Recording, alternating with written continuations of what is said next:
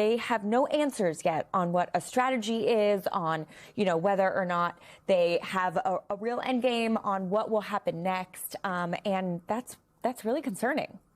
Congresswoman, I want to ask you about something that your colleagues on the Foreign Affairs Committee, your Republican colleagues on the Foreign Affairs Committee, posted on Twitter. They posted this image tonight of Trump. I think we can pull it up.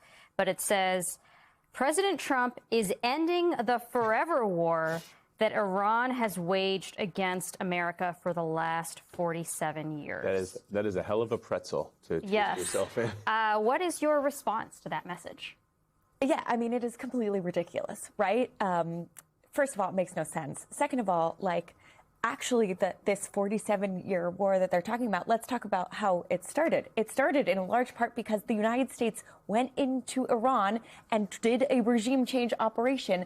That is a big reason that led us to this very brutal Islamic regime that's in place now. And so, if anything, it's highlighting the fact that we don't know what actually is going to happen after we do these kinds of regime change operations. You're likely to get a more hardline regime, a security vacuum, potentially civil war.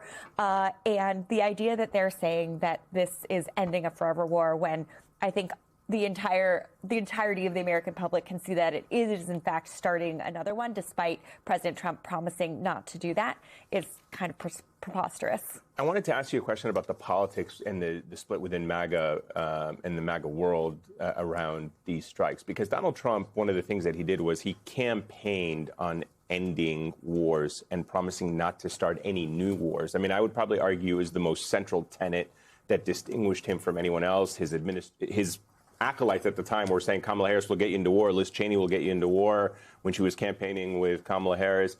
He has betrayed that. And I'm wondering why Republicans are going along with that betrayal, knowing that he promised the American people no more new wars. And here we are. Well, listen, I can tell you that I've been hearing from folks in my district, and many of them might have given him a chance because they thought he was going to end wars. I represent San Diego, the biggest military community in the country, and so these questions of war and peace are very central to my constituents. They're the ones who pay the price, and a lot of them are saying they regret that vote, that, they feel betrayed.